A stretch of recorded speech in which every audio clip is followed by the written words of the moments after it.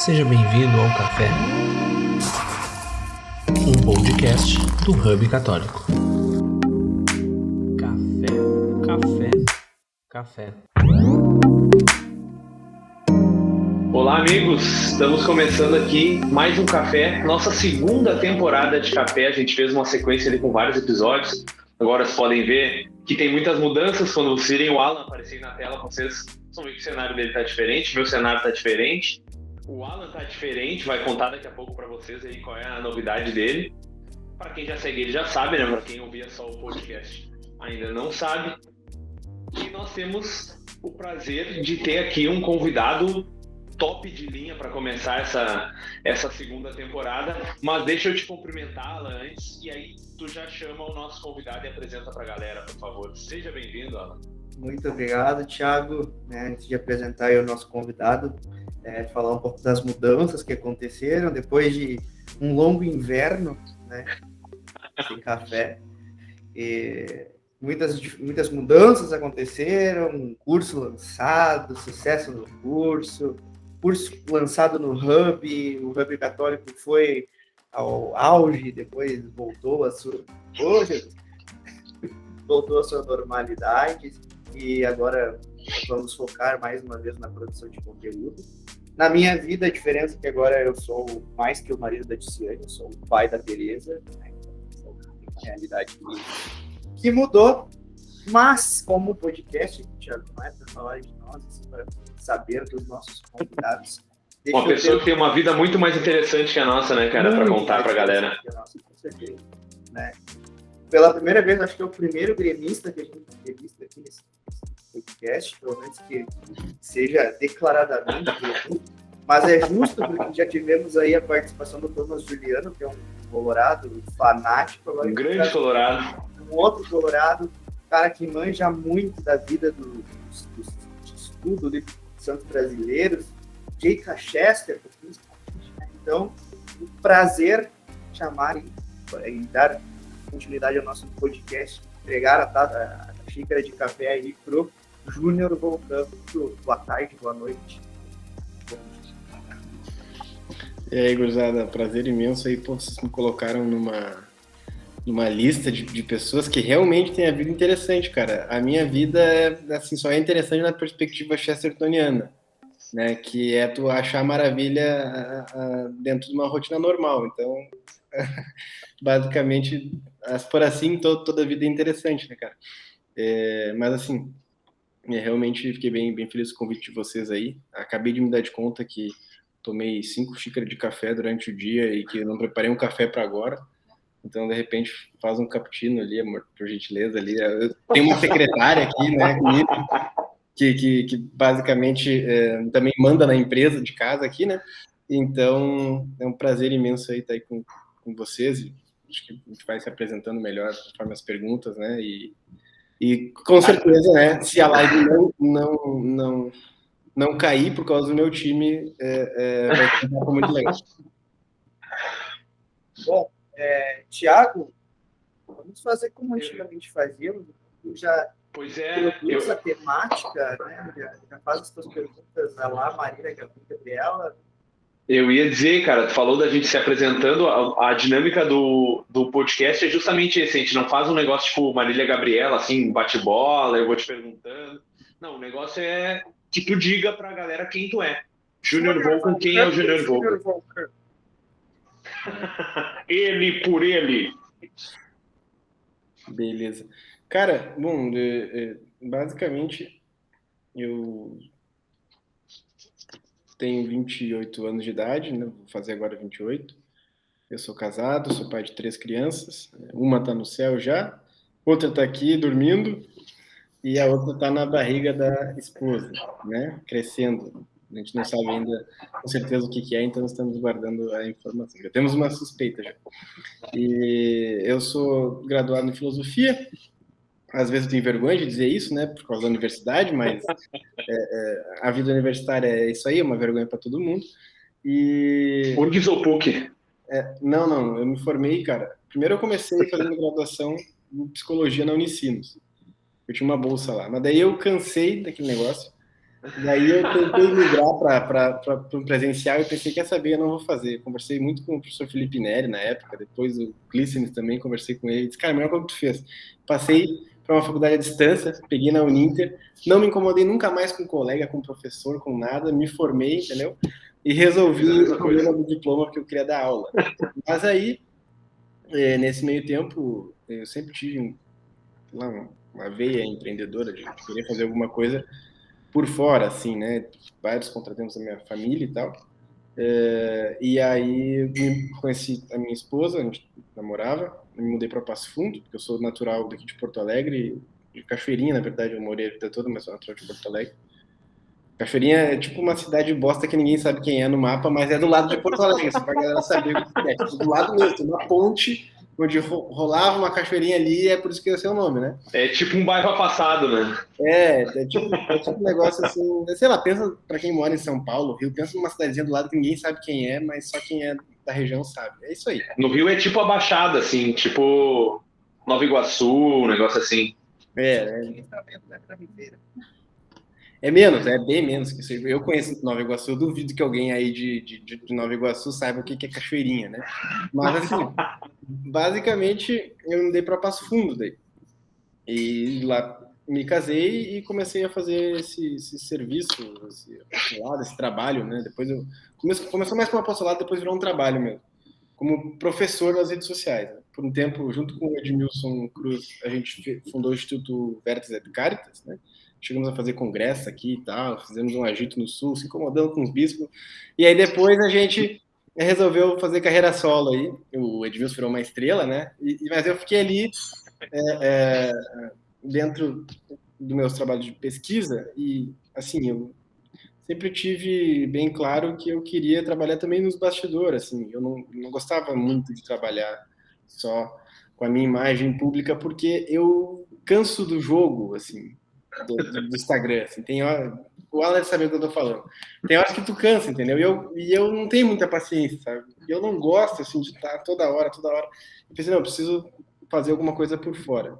E daí eu comecei a trabalhar com pesquisa, eu fiz alguns cursos, né, sobre Chesterton, sobre o Santos Brasileiro, sobre o Hugo de São Vitor, e aí acabei indo trabalhar na Sociedade Chesterton Brasil, né, até hoje trabalho lá com eles, que pertence ao Instituto Hugo de São Vitor, né, o pessoal lá fenomenal, assim, sensacional mesmo. E daí depois fiz uns trabalhos, fiz um trabalho para a Lumine, né, conheci o Baso e tal, e aí nesse trabalho a gente fez uma amizade, depois aí recebi o convite para trabalhar lá na minha biblioteca católica, que é onde eu estou hoje, que é meu principal trabalho, né? Mas eu continuo no trabalho nas redes sociais, pretendo lançar um outro curso sempre que possível, né? Tem aulão rodando sempre no perpétuo, tem sempre alguma ideia de curso novo para lançar e tal, então, mais ou menos essa é a minha vida, né? Ou seja, a gente tem que pagar os boletos, basicamente. Cara, tô contando aí a tua história rapidinho, me lembrou muito uma coisa que o Alan sempre comenta, que aqui no Rio Grande do Sul a gente tem, ao mesmo tempo que a gente tem talvez alguns dos maiores ou talvez dos grandes problemas na igreja, a gente tem... Os hereges. Ele quer falar uma coisa, vou simplificar. Os hereges nascem geralmente... A gente tem a galera, tipo, tem uma cena católica, digamos, acontecendo que é muito boa aqui, né? Um negócio... Minha biblioteca católica, o Instituto Hugo de São Vitor, nossa, é um negócio fantástico. Tipo, a gente começa aqui e tem uma oportunidade gigante já, porque quase em cada esquina tem alguém com um projeto muito bom e muito bem feito e muito grande, né? Se tu parar para ver, o Clístenes é daqui, a confraria deles depois virou o Instituto de São Vitor, né? A MBC é daqui, a Lumine também vai ser daqui, porque vai acabar tendo presencial também.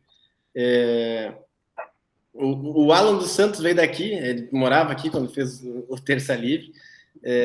O Falcon é daqui, o Thomas Juliano é daqui, o Bueira é daqui. Cara, é muita gente mesmo, é um negócio curioso. O Rio Grande do Sul meio que é um polo, né, de desgraça e de coisa boa ao mesmo tempo. É um paradoxo, né, cara? Nada Os mais extremos, que né? estão aparecendo também por aqui. Isso é verdade. Mas eu quero saber uma coisa, quando é que tu percebeu, agora entrando um pouco, né? Quando que tu percebeu que teu dom, a tua vocação seria ensinar, dar aulas? Boa pergunta, cara. Eu acho que desde que eu entrei para a igreja, assim, quando eu voltei, na verdade, né, em 2011, mais ou menos nesse período, eu sempre tive muita vontade de estudar. Eu não sei por quê, assim, eu não era um cara estudioso em matéria de vida de estudos, etc. Mas eu sempre me considerei um tanto inteligente, assim, na escola. Eu sempre passei tranquilo, entendeu? Inclusive, eu usava isso pró sacanagem. Eu passava nos 2 primeiros trimestres, no terceiro eu tava nem aí. Entendeu? Eu dormia na aula, dormia mesmo, real, levava um travesseiro às vezes, dormia na aula, porque eu não tinha mais o que fazer. Eu já tinha passado ali, tipo, eu tinha que fazer muita cagada para não passar, né? E eu gostava de ler. Eu lembro que nessa época teve um período ali que eu fiz até Senai na época, fiz um Senai de impressão offset, que hoje está sendo útil para trabalhar com gráfica, né? Você vê só. Mas eu lembro que eu gostava de ler nas horas vagas, assim, mas acabei ficando meio mundanão, assim, né? E aí acabei voltando para a igreja em 2011 e, cara, tinha uma vontade louca de ler, né? De ler Sagrada Escritura, de ler catecismo, de ler livro, etc, etc. E aí, bom, ali eu percebi que eu tinha vontade de aprender as coisas, né? E vontade de falar para os outros. Aquela coisa, o cara se converte, o cara quer falar para todo mundo, né? Mas, acho que quando eu vi, principalmente ali a figura do professor Felipe Aquino, foi o primeiro, eu acho que eu vi, assim, que eu achava legal, aquele modelo de professor falando umas coisas tão de boa, sabe? Sem afetação. E, assim, tem uma galera que critica bastante o professor Felipe Aquino, mas eu gosto bastante porque ele é um cara que não é afetado. Então, tipo, ele sabe das coisas e ele é bem tranquilo. Eu achei aquilo sensacional. Assim, pô, um cara que não é afetado, né? Que não se acha, né? Então eu achava que... E sabe, tipo, é tranquilo. O cara que sabe as coisas, ele é tranquilo. Ele não precisa ficar se afirmando, né?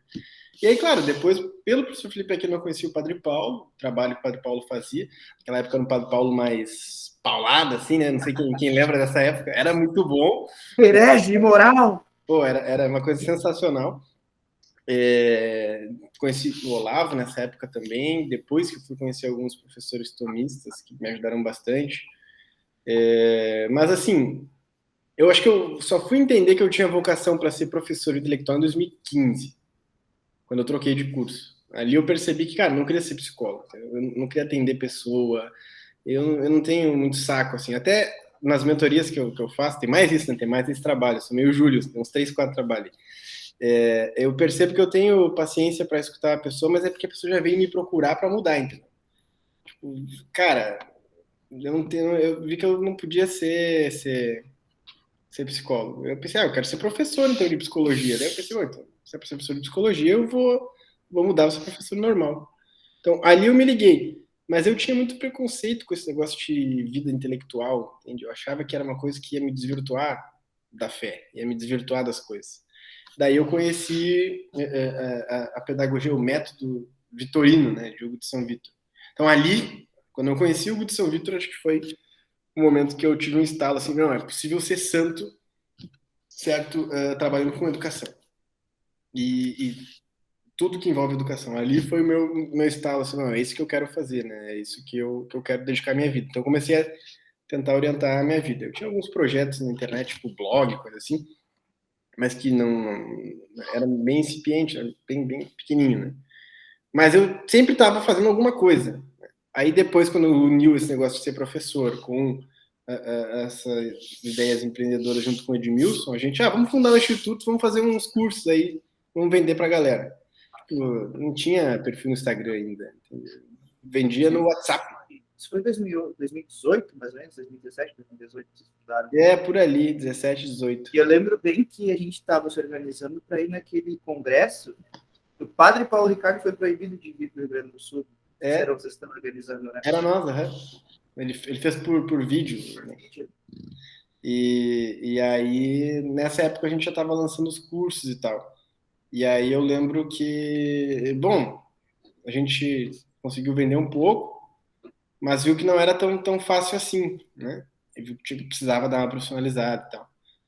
Mas nessa época, eu tava casando, daí foi uma confusão para conseguir se mudar, coisa nada e tal. Então eu consegui me organizar mesmo para lançar, para fazer tudo em 2019. Né? Eu casei, não, desculpa, 2020. Eu casei no final de 2019. Eu trabalhava um pouco sobre as questões de Chesterton e tal. Principalmente de Chesterton, foi um autor que eu peguei, eu vi que não tinha nada, na época não tinha nada de Chesterton, a não ser a sociedade, né? Mas assim, tu não tinha essa repercussão que o Padre Paulo deu, né? Tu não tinha curso sobre Chesterton. Tinha um do Raul que nunca abria. Então eu pensei, eu vou fazer isso aí. Eu vou ligar minha imagem ao Chesterton, que é um autor que eu gosto e tal.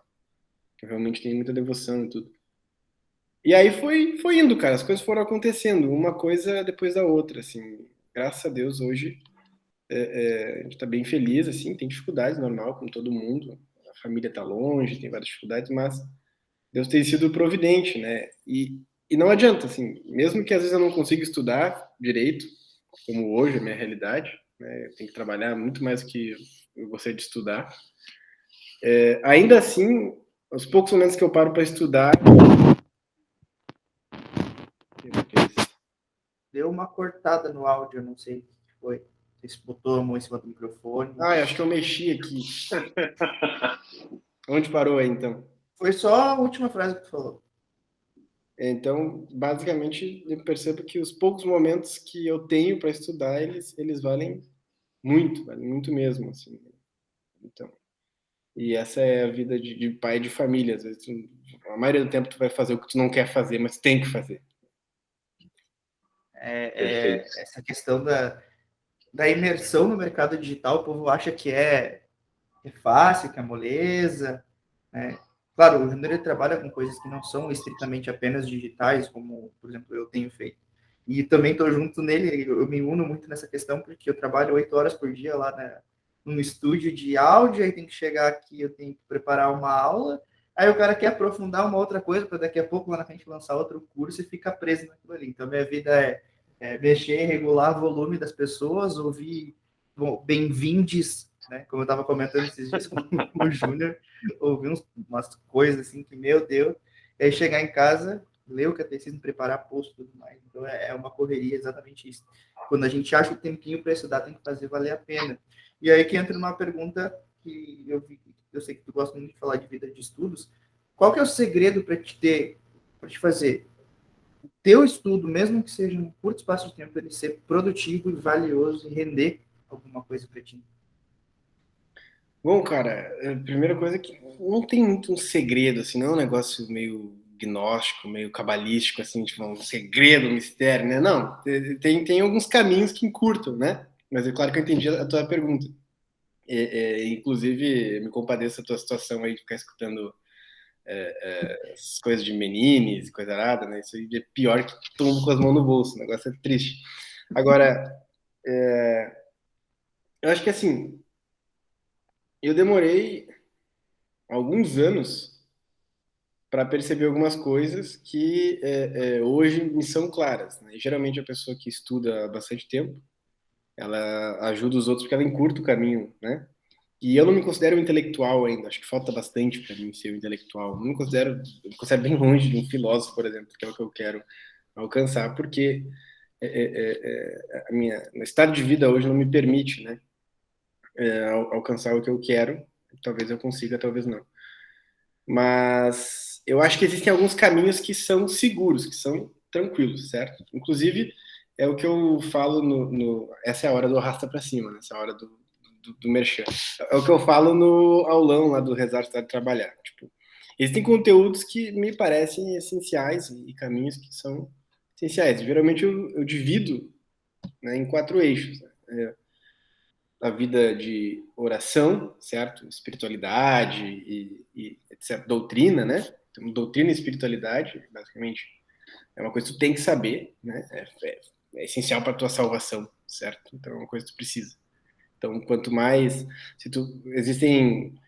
Os catecismos tu tem que ler, né? As grandes obras clássicas da espiritualidade tem que ler Moradas, Castelo Anterior...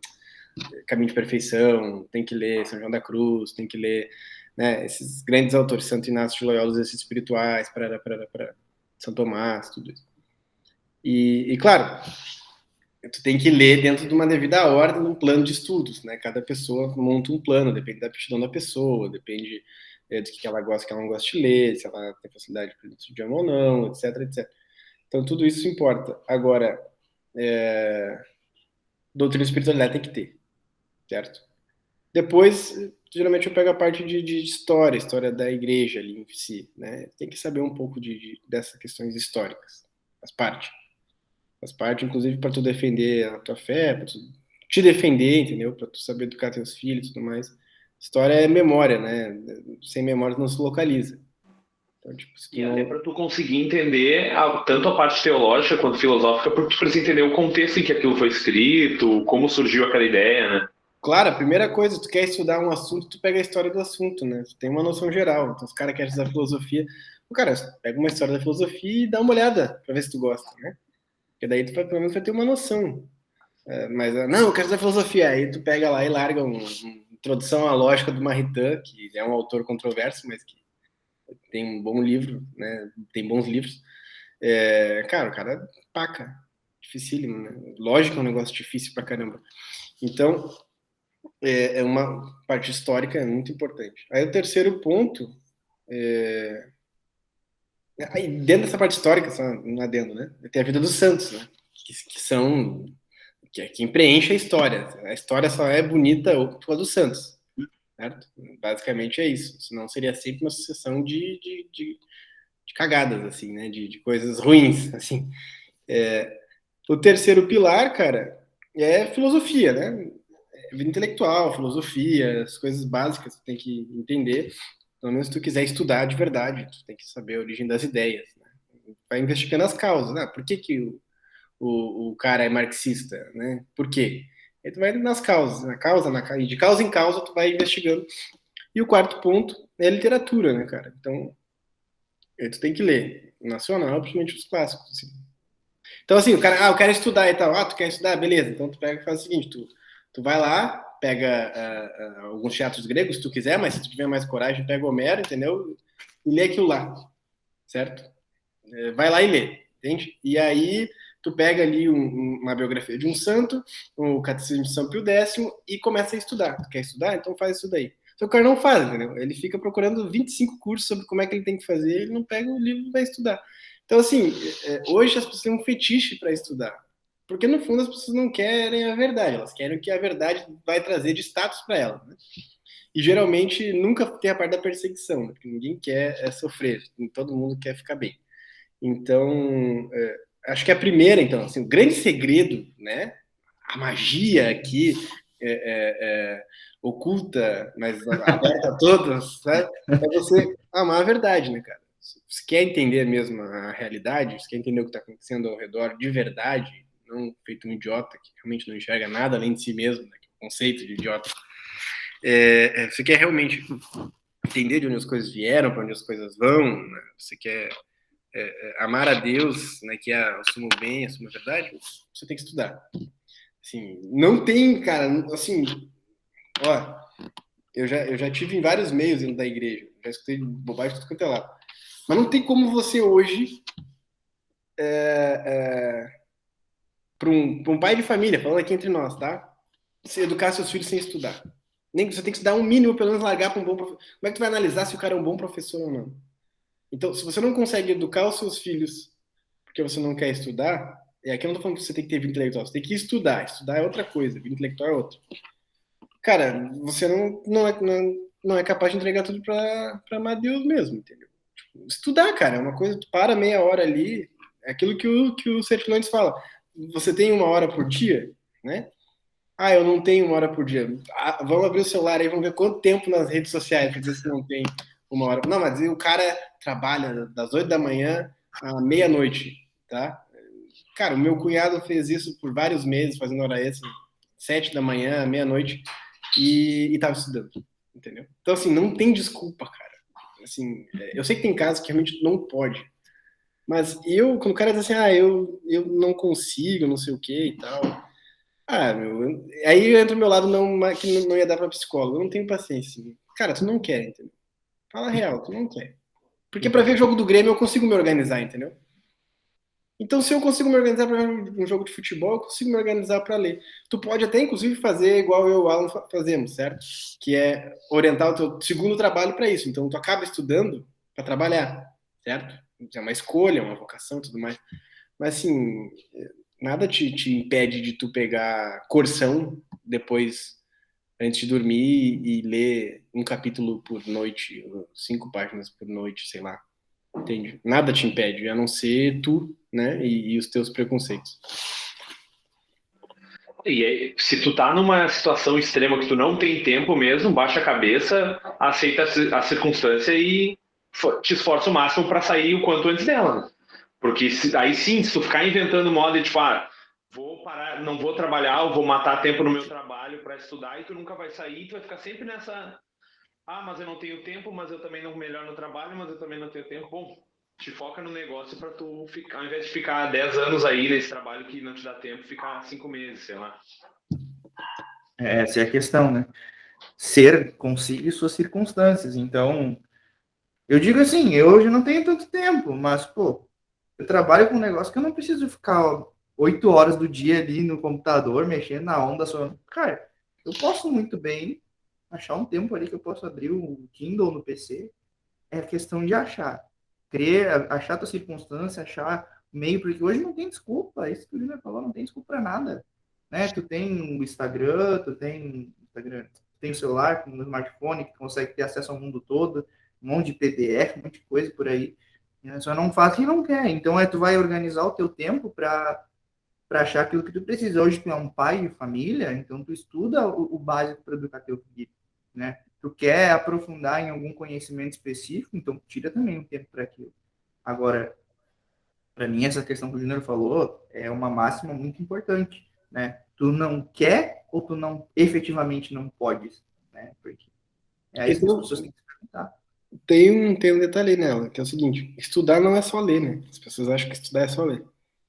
Estudar é escutar, é meditar, tipo assim, tu pode estudar uma página de um autor, ficar meditando naquilo. O ideal é que tu medite, né? E memorizar, e repetir, e repassar para os outros.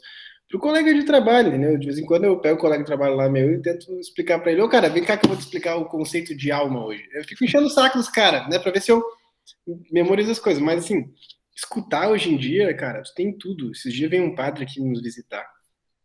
E ele começou a mostrar um site espanhol que ele achou que tinha centenas de formações de teólogos, tipo Royo Marinho, Lagrange, tudo mais, um monte de coisa. Ele começou a dizer: tô fazendo curso tal, tudo em áudio, né? Fico dirigindo aí pela paróquia, né? Fico escutando em áudio. Então, tipo, hoje tu tem acesso a aulas de professores por, às vezes, um valor irrisório, muita coisa de graça, entendeu? E tu pode passar o dia escutando. Não quer dizer que tu precisa ficar o dia escutando, entendeu? Nem eu passo o dia inteiro escutando ninguém que eu conheço, tem que ser muito obcecado. Eu escuto muito mais futebol, por exemplo, na hora do trabalho, do que necessariamente estudo. Mas eu ponho lá o podcast do Instituto de São Vitor, quando eu quero pegar a cultura, né? Então, escuto e tal. Padre Paulo, quando de manhã cedo eu chego no trabalho, não, eu quero estar. Apoio lá o Padre Paulo e tal, não sei o que. Tipo, Quer dizer, cara, o próprio Padre Paulo, se tu for parar pra alguém que nunca viu nada dele, se começar a ver hoje, o cara tem, sei lá, anos de conteúdo sem fim, né? total. Então, assim, cara, pode botar no carro, pode botar fone, tu pode fazer 1 milhão de opções, entendeu? A questão, inclusive, daí, não, e sempre tem estopeira, né? Que hoje em dia, o chefe falava já na época dele, que as pessoas precisam repreender a arte de fazer o óbvio, né? Então, tipo, o cara não consegue ler de manhã, entendeu? Mas ele botou na cabeça que ele tem que ler de manhã, mas ele fica com sono.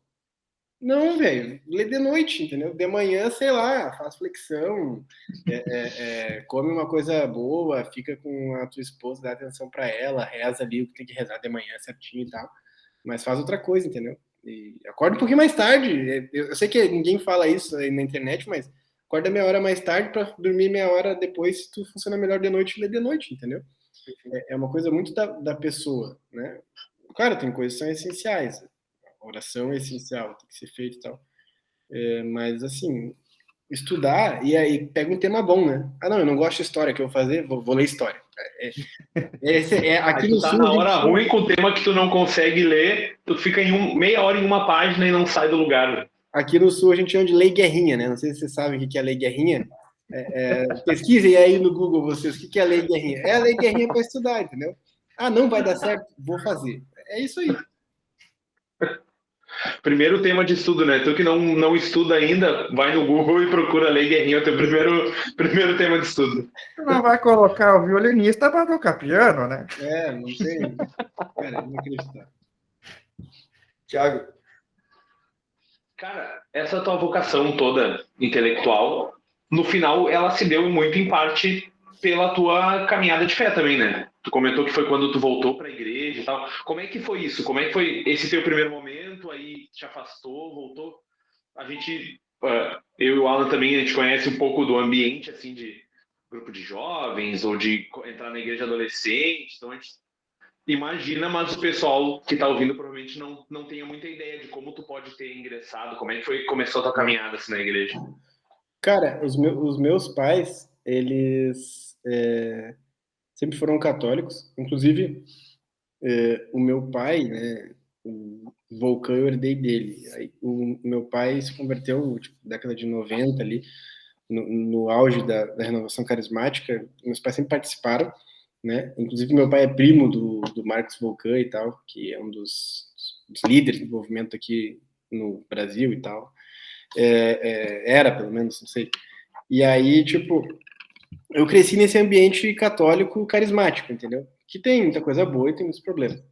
Então, quando eu voltei para a igreja, eu voltei, né, através de um retiro numa nova comunidade, e eu tenho certeza que eu tive uma experiência com Deus ali, né? E me engajei bastante no movimento, etc.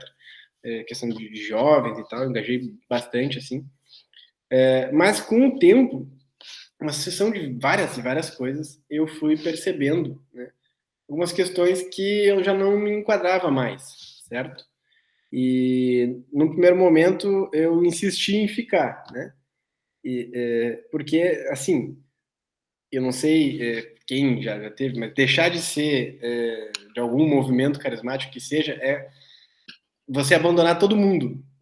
Você perde todos os seus amigos, entendeu? É basicamente isso daí. Você basicamente é tipo o cara que é protestante deixar de ser protestante, entendeu? Ele acaba com a vida dele e tem que recomeçar do zero. Assim. Essa é uma ótima analogia. Porque é isso aí, entendeu? Todo o teu círculo é dali, tudo está voltado para aquilo ali. Só que eu também tive a graça, né, de ter vários amigos que sempre estavam juntos estudando. Edmilson, outros caras assim que conheço muito tempo. Então a gente tudo junto começou a perceber algumas coisas que a gente né, foi tomando um caminho diferente, né? E aí a gente saiu já há algum tempo e acabou... caiu fora, cara. Quer continuar? Caiu. Mas pode continuar aqui. Não, continua? Vambora. Eu falei, botou o Grêmio na jogada, alguém vai cair, cara. Ele estava me mandando mensagem ali dizendo que travou, que parecia que a reunião tinha acabado. Aí eu disse para ele sair e entra de novo. Beleza. Então, basicamente, foi tendo essa percepção, assim, e fui vendo que eu queria ser só um leigo, entendeu? Só um professor, um leigo, um pai de família que tenta ser católico, né? E que se enquadra com algumas escolas de espiritualidade, né? Eu gosto muito dos carmelitas, muitos dos beneditinos, assim, pensei seriamente em ser beneditino quando tive crises vocacionais e tal. Pensei mesmo, assim, fui em Mosteiro Beneditino para fazer experiência de uns dias e tal. E era bem legal, assim. Gosto muito, inclusive, até hoje, muita coisa eu levo para mim. Eu sempre penso meu dia como um dia monástico, sempre divido, sempre quebro as coisas como os monges quebravam. Tento, né, cara? Virtude falta muito ainda. E aí, então eu fui percebendo que eu queria viver essa realidade, assim, né, que traz muito mais liberdade, porque eu acho que isso é um problema, um problema de representatividade que tu tem no Brasil em tudo, certo? Não tem um grupo que tu participe que tu não tenha que se apequenar por conta de uma série de ideias que às vezes não faz sentido nenhum, entende? E, cara, isso aí no meio thread também tem muito disso, no meio conservador, no meio não sei o que e tal. Então, assim, eu fico meio no muro, eu fico na minha, entendeu? E tento buscar missas que sejam piedosas e que não tenha 25 minutos de aviso e que não tenha um pandeiro, um tambor e um cavaco, uma coisa assim. E viver a minha fé, né? Junto, claro, uma comunidade de pessoas. Então, estou sempre envolvido com algum grupo de estudo, alguma questão assim e tudo mais. E com amigos, né? Buscar ter amigos que realmente me agreguem. Basicamente foi isso, cara. Tem, assim, a minha vida de estudos tem tudo a ver com a fé. Provavelmente eu estaria, sei lá, cara. Eu não gostaria de pensar de onde é que eu estaria se não fosse a conversão, a fé, né? Então, ser católico é a maior de todas as coisas, né? Que a gente pode ter. E isso, com certeza, é o grande projeto da vida da gente aqui em casa, né? E acredito de vocês também, claro. É ser católico, educar os filhos na fé, certo? Eu não sei se meu filho vai ser um Santo Tomás, um Santo Agostinho, uma coisa assim. Eu não tenho essas grandes pretensões, mas eu quero que ele tenha acesso a uma educação que meus pais não sabiam que podiam me dar. Talvez se ele soubesse naquela época, né, e tal. Então, assim, a minha intenção hoje é só viver tranquilo, entendeu? Resolver os problemas, ajudar meus pais com os problemas deles, ajudar os meus sogros sempre que precisarem, geralmente estão sempre tranquilos lá. Então, em geral, a minha vida é bem normal, cara. Tipo, não tem nada demais, assim, realmente não tem. Só que o cara tá perto de gente importante, essa é a diferença, né? Mas, assim, eu acho. Tem um amigo meu que fala, acho que não posso falar isso no podcast, né? Ah, vai tranquilo. Aqui é livre. Ele fala, cara, Mistério. assim, ó, tira as crianças da sala. Tu tem um temperamento fulano de tal com ascendente cu pra lua, entendeu? É mais ou menos isso daí. Tu tem sorte, cara. É isso aí, no fundo, é sorte, né? É graça, assim.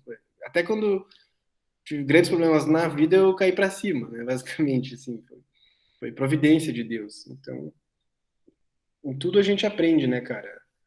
Todo sofrimento a gente aprende. E é sofrendo que a gente cresce também. Então, Sim, com certeza. Quando tu tava falando ali da questão de tu sair do grupo e parecer que tu tem que construir uma nova vida, eu me lembro muito bem quando eu saí de CLJ, cara. Quando eu saí de CLJ era assim, ó, nós tínhamos o nosso grupo e realmente, quando tu quis dar um passo a mais na tua fé, cara, aquilo ficou para trás. Então tu é o ruim. Tu é o ruim porque tu não gosta mais de missa com cavaco, tá ligado? Essa é real na cabeça das pessoas. Tipo, tu descobriu, tu te viu, tu te deparou com a verdade, e a verdade ela incomoda muito. Eu acho que ela te incomoda a querer encontrá-la e incomoda aqueles que não querem encontrá-la. Eu acho que esse é o doido, porque a verdade ela tem esse poder de mexer com as estruturas, tanto a tua quanto daqueles que te cercam. Então, eu acho que são histórias de vida que nos trazem muitos ensinamentos, sabe? E quando tu diz assim, eu sou só um cara comum, eu acho que essa é a máxima que todos nós deveríamos querer seguir. Eu acho que os próprios santos, eles eram caras comuns, que faziam o que tinha que ser feito, como está lá na Bíblia, né? Sou um servo inútil que faz apenas o que deve ser feito. Essa que é a maravilha do ser católico em si. e outra, Principalmente hoje, né? Porque a gente tem um tempo que todo mundo acha que vai salvar o mundo e não cuida da sua família, não cuida do seu estudo, do seu emprego, mas vai salvar o mundo, né? Então, tu cuidar do que é teu mesmo, do que é próprio da tua função, da tua vocação, é o caminho, né? Não adianta inventar moda, né? não, eu tenho uma máxima pessoal minha, tá? Tipo, toda vez que eu vejo alguém, algum movimento, instituto, quer que seja, falando assim, nós vamos mudar o Brasil, nós vamos mudar não sei o quê. Eu digo, cara, que preguiça, sabe? Que preguiça, assim. Cara, assim, se eu conseguir mudar eu mesmo, eu já estou bem feliz, mudar a minha casa, entende?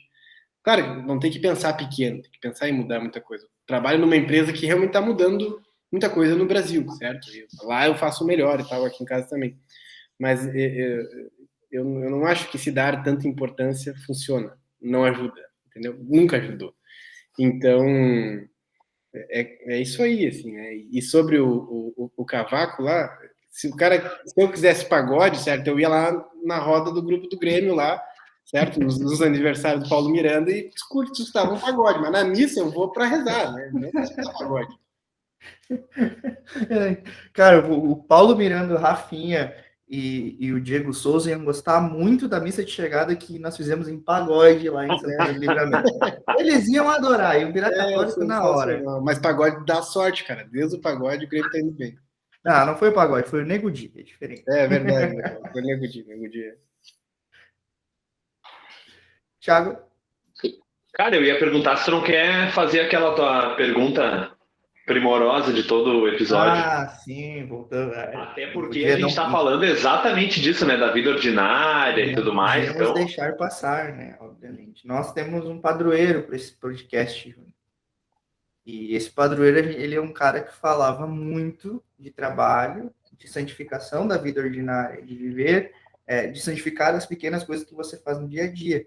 Então, a pergunta-chave, a pergunta mãe desse programa aqui é: existe alguma relação entre Júnior Volcan e São José Maria Escrivá? Porra, existe quilos e quilos de peso, de relação, de tudo aí, cara. São José Maria Escrivá faz parte de várias etapas da minha vida. Eu lembro que eu li Imitação de Cristo logo assim, no começo da conversão, e eu ia muito ali em Porto Alegre, nos sebos, né? E Ana Paulos ali também, que ainda tem alguns livros católicos lá de vez em quando. E aí, cara, eu lembro que eu achei o caminho, comprei, e foi, assim, um dos melhores livros que eu li, assim, acho que eu reli umas 3, 4 vezes em sequência, levava para tudo quanto é lado, todo rabiscado, quebrado, né? Um livrinho castigado, coitado. Então, assim, ali São José Maria me ajudou muito, acho que o tom, o modo como ele fala com a gente, né? E, assim, acho que São José Maria ainda toca mais os homens do que as mulheres, porque ele tem esse jeito viril de te dar-lhe a paulada, assim, ele sabe fazer isso daí, né? E o cara precisa disso, precisa de um pai, né? Precisa disso daí. Então, São José Maria, nesse primeiro momento ali da conversão, me ajudou muito. Daí eu terminei a trilogia ali, Suco, Forja e tal, eu li mais alguns outros livros dele em quebrado, assim, umas coisinhas, um pouco de uma biografia, e sempre tive um carinho muito grande, assim, por ele. Cheguei a frequentar algumas vezes a Opus Dei de Porto Alegre ali, até de vez em quando vejo com alguns amigos para ir lá, mas acabo não conseguindo. Conheci o próprio Rodrigo Naimayer ali, eu conheci, né, que hoje é presidente da Sociedade Chesterton, um cara que eu admiro um monte, e é um cara que tem um WhatsApp ali, posso conversar. Essas coisas é legal no catolicismo, né? As pessoas que tu admirava, daqui a pouco tu tá ali conversando com elas e tal. São acessíveis, né? Mas eu lembro que achei assim, a grande experiência que eu tive com São José Maria Escrivá foi em 2016, quando eu estive em Roma, e aí eu consegui visitar lá o túmulo dele, né? Foi uma experiência importante, assim, aumentou ainda mais a devoção. As frases de São José Maria, né, uma coisa que eu tenho várias, assim, gravadas, né, inclusive escrevia no guarda-roupa, coisa assim, algumas frases de São José Maria para não esquecer, né, tem algumas que ficam ali no comecinho, então aquele começo parece que ele quis começar matando, então acostuma-te a dizer que não, nada que nasce grande deixa de ser monstruoso, né, então, tipo, várias frases de São José Maria sempre eu relembro, e me ajudam bastante, são frases boas para meditar. Então tem muita relação, assim, cara, muita relação. A própria forma de ver o trabalho, né? Que era uma coisa que eu não tinha, assim, tinha aquela noção de viver da providência e missão, não sei o quê, tararau, e na hora de trabalhar mesmo, era um trabalho meio, mais ou menos, meio xoxo, assim, tipo, esperava estar motivado para fazer as coisas bem, né? São José Maria é o contrário disso, basicamente, assim, tu tem que estar sempre bem. E aí depois a motivação ela vai aparecer, e se ela não aparecer, tem que fazer igual. Então, hoje, tem tudo a ver, né? Então, o nome do meu filho é José também, né? Então, acaba que o José Maria também persegue isso. Aqui o cara não tem coragem de botar José Maria, né, no nome do filho. Então, aí o cara põe só o José, né? Mas tem muito a ver. Inclusive, ali na MBC, uma galera é devota dele e tal, a gente vira e mexe conversa. Então, realmente é um santo bem, bem importante e que é acessível, né? Tipo, morreu faz pouco, tem vídeos dele aí, o cara vê e se emociona, né? Enfim, tem relação, cara. E a obra, todo lugar que a obra tá é quase como uma revolução no caminho que a igreja estava tomando até então, né?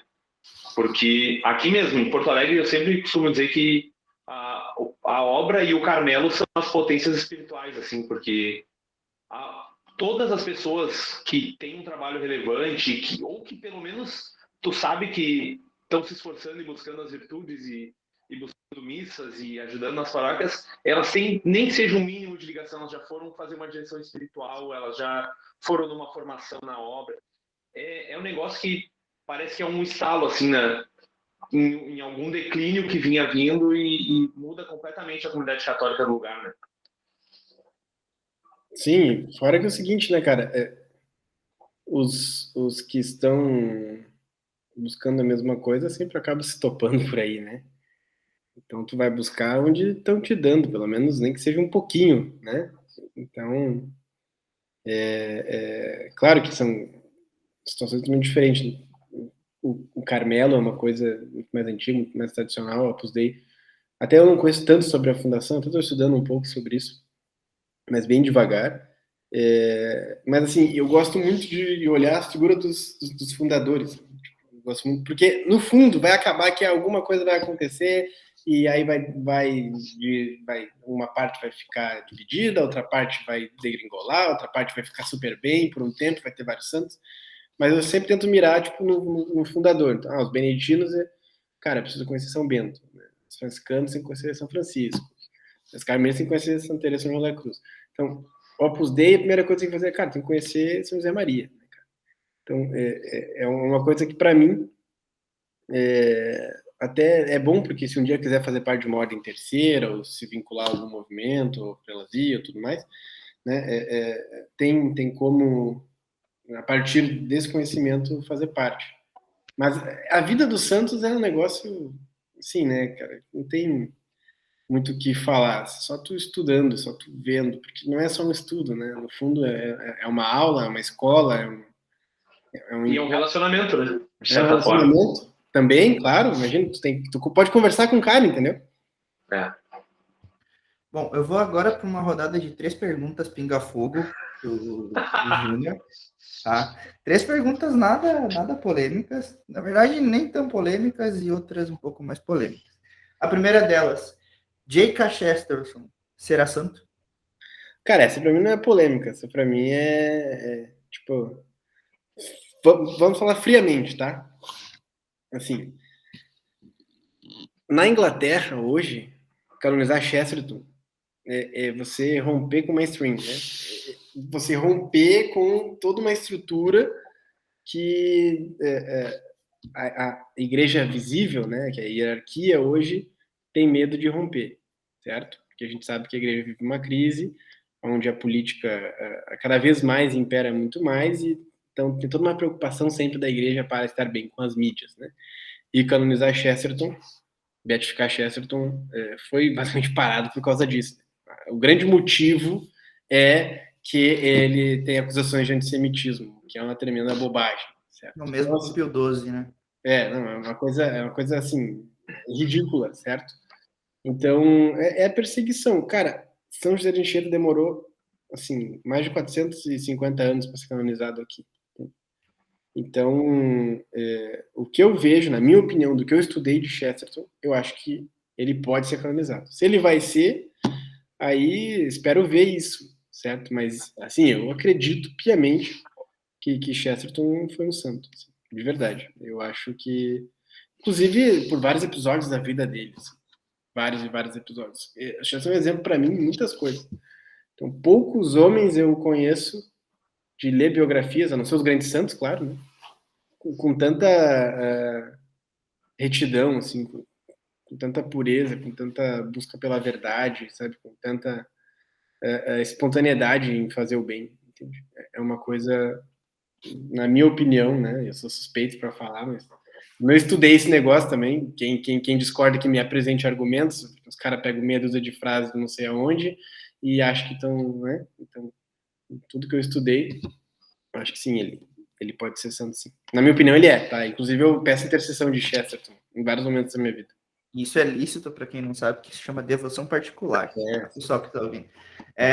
Eu Tem acho que o Thiago... que faz oração pro Dom Helder Câmara, né, cara? Por que eu não posso fazer oração pro Chesterton? Eu faço para Pio XII, eu tenho uma devoção para Pio XII, por exemplo, que é outro que, como tu fala aí, que é muito mais uma questão política, que tem a sua beatificação travada do que propriamente por uma questão religiosa. Né? E deixo aqui aberto já o convite para a gente fazer um café só sobre Chesterton. Eu acho que seria um baita programa, assim, uma parte 2 com o Júnior só sobre Chesterton, que Legal. Hoje a gente quis conhecer um pouco mais do Júnior, da vida dele, mas eu acho que trabalhar um podcast inteiro só sobre o Chesterton, a gente... Não é só um café, vai ser uma cerveja, né, cara? Vamos ter que fazer um cafezão, a gente convida o Rodrigo, convida o Clístenes. Daí faz uma cerveja, né? Daí faz um café com cerveja. Vai fluir mais, né? Panecão, assim, tá? Vai, eu sou parceiro com uma cerveja. Segunda pergunta, que não é polêmica, né? São provocações. Padre Paulo Ricardo futuramente será reconhecido como o homem que salvou a Igreja Católica no Brasil? Cara, assim, tu quer minha opinião, né? Eu acho que ele é o pároco do Brasil. O tempo que ele vive. Assim, é a principal figura, entende? Então, se o catolicismo hoje ressurgiu, né? Acho que o principal nome hoje, quando tu pensa, é o Padre Paulo Ricardo. Então, ele não é o único que salvou, né? Mas ele é o principal nesse resgate, assim, na minha opinião. Né? Ele, pelo menos publicamente, né? Então, todo o trabalho dele é inegável, não tem, assim, não tem. Ele chegou aonde os caras até eles sonham em chegar e não conseguem, entende? É uma coisa impressionante. Assim. É um negócio impressionante. Não tem. Esse cara precisa das nossas orações. É um sacerdote. Ele é o Lord Voldemort dos seminários, né? É o nome cara, assim, ele é o Flamengo do Jorge Jesus jogando. Ele destrói, não tem, cara. Ele chega e ele ganha. Não sabe que ele vai ganhar, entendeu? Então, assim, para mim, certo? Quando o Padre Paulo morrer, vai ser santo súbito, vai ser uma loucura, entendeu? Vai ser um negócio... Cara, as pessoas vão querer estar perto dele. E, no fundo, eu não sei, não conheço ele de perto. Os testemunhos que eu sei é que ele vive uma vida de santidade e tal. Mas eu não conheço, não tem como atestar, né? Mas é isso que os santos fazem, né, cara? Eles acabam ficando conhecidos, as pessoas amam eles e eles são perseguidos. E o Padre Paulo é muito perseguido, isso é um outro sinal. Inclusive, quem persegue o Padre Paulo... Tu sempre vê o quê? É aquela analogia do Chesterton, né? O Chesterton dizia assim, eu me converti vendo os argumentos das pessoas que falavam contra a igreja. Então, só de ver quem não gosta do Padre Paulo, eu já começo a gostar. Já de cara, assim. Se eu chegasse hoje no Brasil, pensando, quem é que não gosta desse cara? E esse, não, esse cara é maravilhoso, esse cara é sensacional, né? Então, assim, eu acho que ele é o principal expoente, o grande nome, né? Até por pesquisa, assim, por popularidade, não tem... Sempre vai dar ele tem um acesso dentro dos seminários que muitos padres gostariam de ter. E eu queria fazer um breve comparativo, né? Nós todos somos aqui do Rio Grande do Sul. Quais as dioceses que a gente vê que não está mais tendo vocação? A gente vê a diocese de Bagé, por exemplo, não sai um padre a cada 10 anos, é muito. Tem outras dioceses mais para o centro ou mais para o interior do Rio Grande do Sul que não nascem vocações. Aí você vê, por exemplo, uma diocese de Novo Hamburgo, uma diocese de Frederico Westphalen, que eu acho que é o coração o coração vocacional do Rio Grande do Sul hoje é Frederico Westphalen. E aí você pensa assim, quais são os bispos e o que se acontece naqueles seminários. Onde tem TL, a vocação morre. É tiro e queda, papum. E onde, por exemplo, a Diocese de Santa Maria, pelo que eu sei, ainda tem muitos traços que é onde eu vivo, né? Ela tem muitos traços da teologia da libertação, mas se sabe que os padres têm acesso a Padre Paulo Ricardo. Então você já vê os seminaristas querendo usar batina, já vê os seminaristas rezando a liturgia das horas, já vê os seminaristas falando de filosofia, falando de coisas efetivamente católicas e não de mãe terra e indígenas e panteísmo e escambau. Então, digo isso por quê? Para que você que está nos assistindo ou nos ouvindo possa fazer essa reflexão no seu estado, onde que você vive. Quais são as dioceses do seu estado que estão dando frutos e por que elas estão dando frutos? Então, nesse sentido que eu quis fazer aquela pergunta do Padre Paulo Ricardo. E a última, Júnior, agora já para entrar no modo resenha aqui. Deixa eu só pegar o gancho, já que é resenha. Não, hoje em dia, em matéria de seminário, né, a coisa está tão triste que a gente comemora quando o seminário tem namorada, né? Então, realmente é uma coisa assim, cara, tem uma namorada, que bom, tem uma namorada, graças a Deus. Pelo menos pode vir outra vocação. Não, tomara que saia, então, tenha filhos, né? Que bom, arranjou uma guria. Muito bom, muito bom. Mas agora a resenha é o seguinte, quero te perguntar, 2022, Grenal, será Grêmio Internacional ou Grêmio Náutico? Cara, é uma boa pergunta. Eu acho que o Náutico pode subir ainda, então também pode nem ter Grenal, né, cara? Mas eu acho que tem. Eu tô analisando assim, não só o Grêmio, né? Analiso o América, analiso Cuiabá, Bahia, Fluminense. Eu acho que na cagada o Grêmio vai acabar escapando. Mas, assim, só porque estão contra. Depende desse Campaz jogar bola. Eu acho que vai acabar ficando, mas também pode ser um pouco de esperança. Mas até não ganhar esses 2 jogos, cara, tava bem apavorado, porque assim, era a cartilha toda, né? Acontecendo para cair. Então,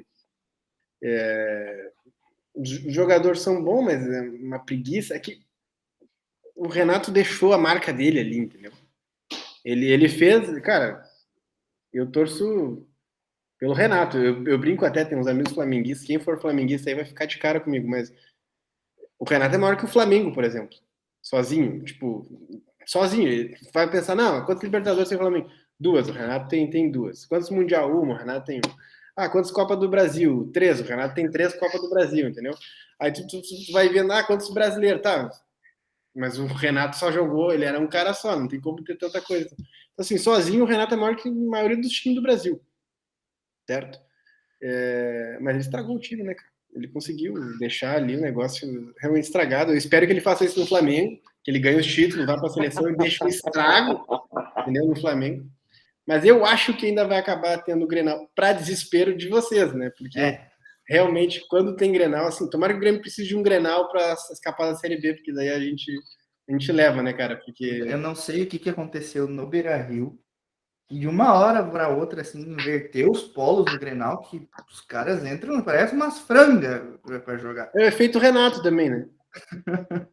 Mas eu torço assim, eu torço mesmo que o Borja seja como o Vitinho, que o Campaz seja como o Seiras, né? Na verdade, torço que o Borja seja como o Ariel Nahuelplan, na verdade, para ser bem sincero, e que tudo conspire como 2016. Mas acredito que não vai acontecer porque os outros times são infinitamente ruins, né? Thiago, tem alguma pergunta para a gente finalizar? Cara, depois dessa avaliação aí do Grêmio, Renato e Flamengo, para mim a gente encerrou a noite. Então a gente fica na espera do próximo podcast. Espero que ele venha antes da estreia do Douglas Costa, né? Tá difícil de acontecer. Não, eu já resolvi como fazer o Douglas estrear, cara. Já liguei para uma nutricionista, certo? Mandei lá do Grêmio fazer um reforcinho, né? Ajeitar o que ele tá comendo ali certinho, balanceamento e tal. E um pouquinho de condicionamento físico, pronto, ele vai jogar. Mas, assim, precisa ajeitar isso com a nutricionista, senão não vai dar certo. É isso aí. Então, eu quero agradecer. Consegui um menos 50T do Ítalo para ele. Não, tá precisando. Tira um pouquinho as redes sociais também, porque tá sempre postando, né, cara? Pá, que raiva, meu. Tá louco, o Grêmio caindo e o cara em Cancún postando foto, não tá de sacanagem. Né? Dançando e tudo mais. Bom, esse podcast aí foi muito bom. Quero agradecer já ao Júnior pela disponibilidade, já deixar o convite aberto para a gente fazer um só sobre Chesterton em outro momento. Agradecer a participação do Thiago, você que nos assiste, nos ouve pelas plataformas aí espalhadas mundo afora, todas. O café está em quase todas as plataformas, né, Thiago? Todas as plataformas. É isso aí. Então a gente está lá no YouTube, no Spotify, no Deezer, no Google Podcasts, na NASA. Só não tá na paróquia do Padre Júlio Lancelotti, mas também não fazemos questão de estar lá. Muito obrigado, Júnior, muito obrigado, Thiago. Se liguem na próxima edição com mais algum convidado aí, especialmente convidado para vocês. Até a próxima. Até a próxima. Valeu.